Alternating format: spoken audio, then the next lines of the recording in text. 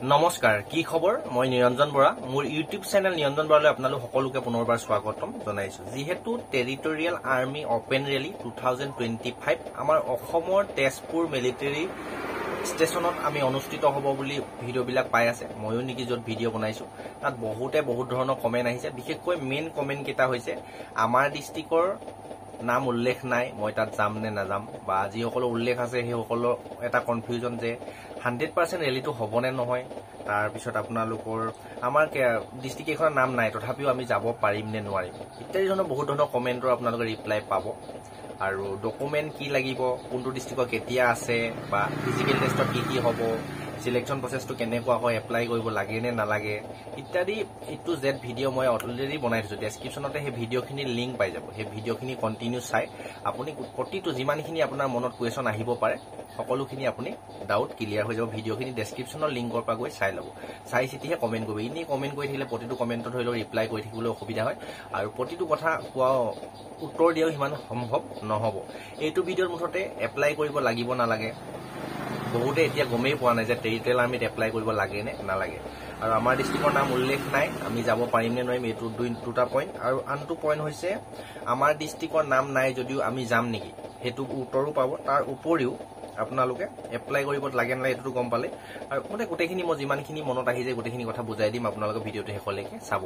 আৰু ভিডিওটো আৰম্ভ কৰাৰ আগতে মোৰ ইউটিউব চেনেলটো যদি এতিয়ালৈ সাবস্ক্ৰাইব কৰিছে তেন্তে বহুত ধন্যবাদ আৰু যদি এতিয়াও সাবস্ক্ৰাইব কৰা নাই তেন্তে সাবস্ক্ৰাইব কৰি কাষতে যেটো বেল আইকন আছে বেল আইকনটো প্ৰেছ কৰি অল কৰি ৰাখিব তেতিয়া আপোনালোকৰ এনে ধৰণৰ যিকোনো চাকৰি ৰিলেটেড আপডেট দিলে প্ৰতিটো ভিডিও নটিফিকেশন পাব আৰু কন্টিনিউ ভিডিওখিনি চাই আপুনি আগন্তুক দিনত যদি ডিফেন্সৰ লগতে চৰকাৰী চাকৰি এটা লোৱাৰ সপোন আছে তেন্তে সপোনবিলাক আপুনি দিঠক কৰিব পাৰিব আহক এতিয়া আমি ভিডিওটো আৰম্ভ কৰো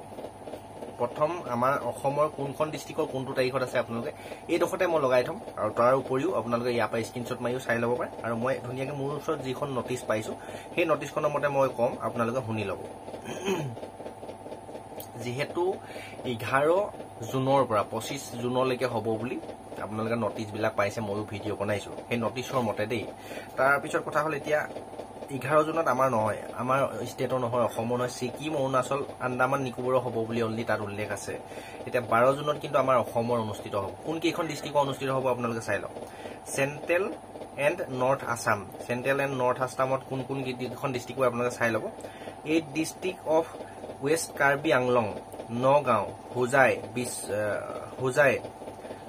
তাৰপিছত ডিমা হাছাও বিশ্বনাথ শোণিতপুৰ আৰু দৰং এই 8খন ডিস্ট্ৰিক্টৰ আপোনালোকৰ অনুষ্ঠিত হ'ব 12 জুন 2025 তাৰিখে আপোনালোকৰ ৰেলীটো অনুষ্ঠিত হ'ব তাৰপিছত আহিলে 13 জুনত কিন্তু আমাৰ আপাৰ আসামৰ অনুষ্ঠিত হ'ব তাৰ কোন কেইখন ডিস্ট্ৰিক্ট উল্লেখ আছে আপোনালোকে চাই লওক এই ডিস্ট্ৰিক্ট অফ তিনিচুকীয়া ডিব্ৰুগড় ধেমাজি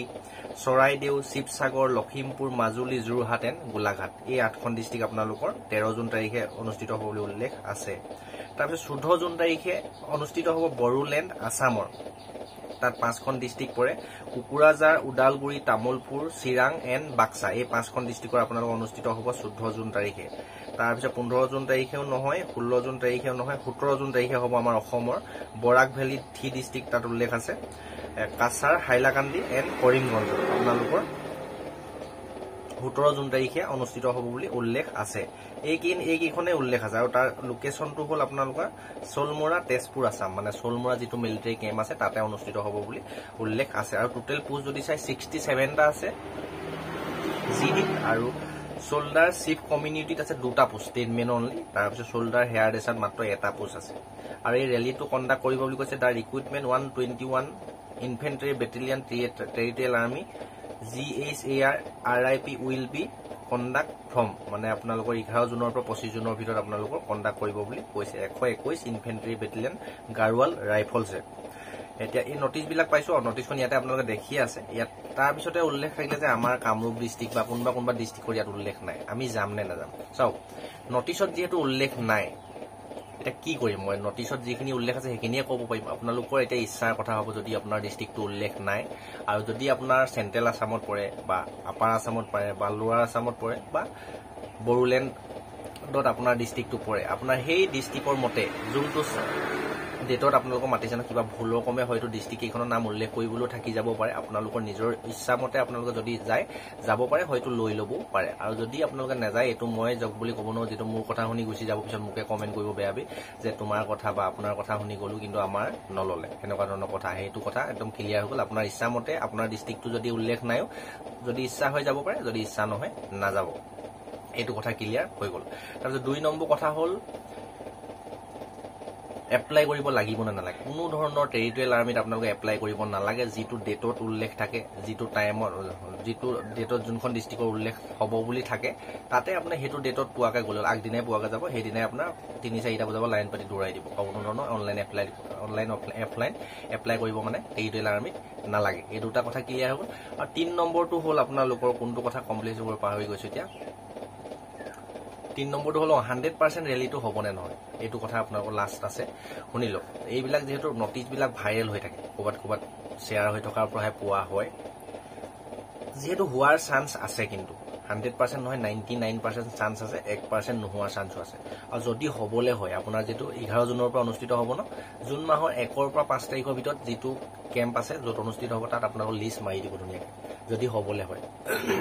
তাত নটিচ মাৰিব সেই নটিচখন পালেহে আপুনি 100% হ'ব বুলি ক'ব পাৰে টেৰিটৰিয়েল আৰ্মি যেটো কোনো ধৰণৰ অফিচিয়েল ৱেবছাইটত নটিচ নাহে অনলাইন কৰিব নালাগে অফলাইন কৰিব নালাগে এনেকে খবৰ পাই আপোনালোকে গুচি যাবলগীয়া হয় সেই কাৰণে হেতু ময়ো ক'ব ন 99% ধৰি থক আৰু 1% নহব বুলি ধৰি থক যেতিয়া তাত নটিচ মাৰিব তেতিয়াহে আপুনি 100% বুলি ধৰিব পাৰে কিয়নো যোৱাবাৰ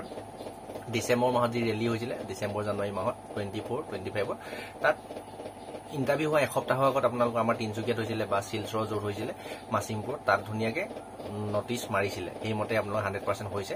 আৰু ইয়াত হ'বলৈ হলো ফিল সিল বিলাক বনাব নটিচ মাৰিব আপোনালোকৰ দিছে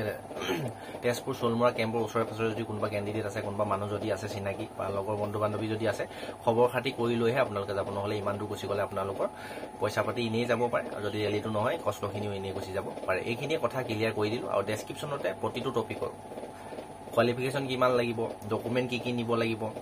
ফিজিক্যাল টেষ্টৰ কোড কিমান নম্বৰ আছে কোনটো তাৰিখত কোনটো ডিস্ট্ৰিক্ট আছে ইয়াতো কৈ দিলো হেতু হেইকিটা ভিডিও চাই লব তাত ধুনীয়াকৈ কোৱা আছে আৰু নটিচখন আপুনি এই ভিডিওটো পাই স্ক্ৰিনশ্বট মাৰি ল'ব আৰু মই কোনো ধৰণৰ ইভাগে শেয়াৰ নকৰি যেহেতু এইবিলাক ভাইৰেল হৈ থকা নটিছে কোনো 100% ৰিয়েলি বুলি ক'ব নোৱাৰি এইখিনি আপোনালোক গোটেইখিনি ডাউট ক্লিয়াৰ কৰি দিলো আৰু হয়তো একো কোৱেশ্যন নাই বুলি আছে আৰু হয়তো টেৰিটৰিয়েল আৰ্মিৰ ওপৰত ভিডিও নবনাম যদি আপোনালোকৰ নটিচ পাও তাত যদি 100% কে মাৰে কেম্পৰ মুখত যেহেতু মাৰিব তেতিয়া নটিচ পালে আপোনালোক লগালগ খবৰটো দিবলৈ চেষ্টা কৰিম চেনেলটো সাবস্ক্ৰাইব কৰি বেল আইকনটো প্ৰেছ কৰি অল কৰি ৰাখিব আৰু শেষত এটা কথা কৈছো আপোনালোকে ডকুমেন্টখিনি ৰেডি কৰি ৰাখক আৰু প্ৰেক্টিস কৰি থাকক হৈ যাবও পাৰে কিন্তু ইমান ইজি নহয় ৰানিংটো পাছ কৰা টেৰিটৰিয়েল আৰ্মি আৰু ডকুমেন্টখিনি ইমান জলদি নহব যেটো বাৰ্থ সাৰ্টিফিকেট পুলিচ ৰেগুন উলিয়াব লাগে না আপুনি আগতে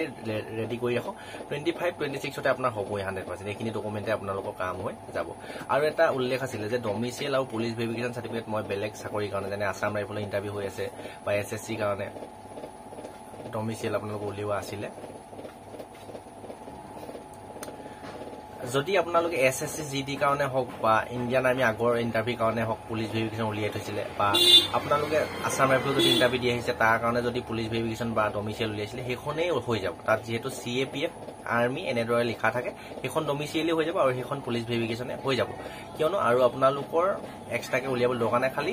ডমিচিয়েলখন হলে 1 বছৰৰ ভিতৰত হ'ব লাগে কেতিয়াবা আপোনালোক বিচাৰি দিয়ে আৰু যদি পুলিচ ভেৰিফিকেশন হয় তেতিয়াতো আপোনালোকৰ 6 মাহৰ ভিতৰত হ'বই লাগিব তাতকে যদি বেছি দিন হৈ গৈছে তেতিয়া আপোনালোকে মানে কাম দি দিব এইখিনি কথা ক্লিয়াৰ হৈ গ'ল আৰু যাতে আপোনালোক বুজি নাই পোৱাকে থকা নাই বুলি ভাবিছো সকলোলৈকে ভিডিওটো অকমান শেয়াৰ কৰি দিব প্ৰেক্টিসটো জাৰি ৰাখক চেনেলটো সাবস্ক্ৰাইব কৰি ৰাখিব ডেসক্ৰিপচনতে WhatsApp গ্ৰুপৰ লিংক আছে তাতে